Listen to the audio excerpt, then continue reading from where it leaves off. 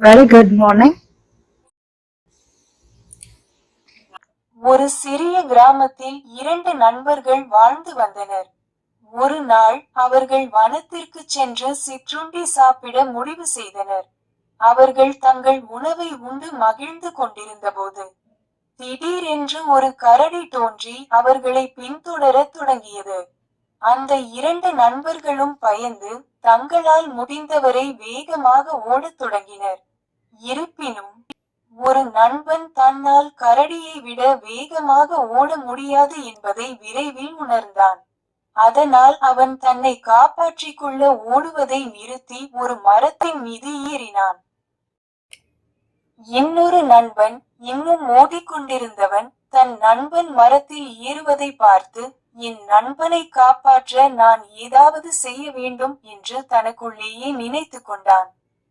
அதனால் அவன் ஒரு திட்டத்தை வகுத்தான்.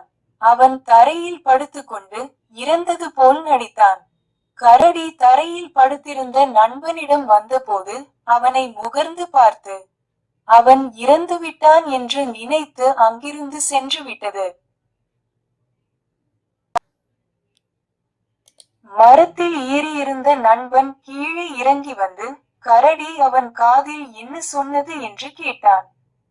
அதற்கு அந்த நண்பன், ஆபத்தான நேரங்களில் உங்களை கைவிட்டு உதவி செய்யாமல் ஓடிவிடுபவர்களை நம்ப வேண்டாம் என்று கரடி என் காதில் சொன்னது என்று பதிலளித்தான்.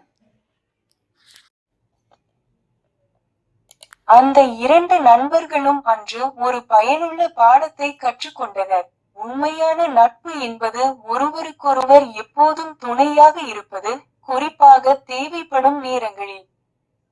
எந்த சூழ்நிலையிலும் ஒருவருக்கொருவர் ஆதரவளிப்போம் என்றும் ஒருபோதும் ஒருவரையொருவர் கைவிட மாட்டோம் என்றும் அவர்கள் உறுதியளித்தனர். எந்தவொரு சவாலையும் எதிர்கொள்ளக்கூடிய ஒரு நட்பு தங்களுக்கு இருக்கிறது என்பதை அறிந்து அவர்கள் அதன் பிறகு மகிழ்ச்சியாக வாழ்ந்தனர். இந்த கதையின் நீதி என்னவென்றால், உண்மையான நட்பு ஆபத்து மற்றும் கஷ்ட காலங்களில் தான் சோதிக்கப்படுகிறது. உங்கள் நண்பர்கள் தேவைப்படும்போது அவர்களுக்கு துணையாக நிற்பதும் உதவுவதும் முக்கியம். அவர்கள் உங்களுக்காக செய்வது போலவே நீங்களும் செய்ய வேண்டும். Thank you and bye.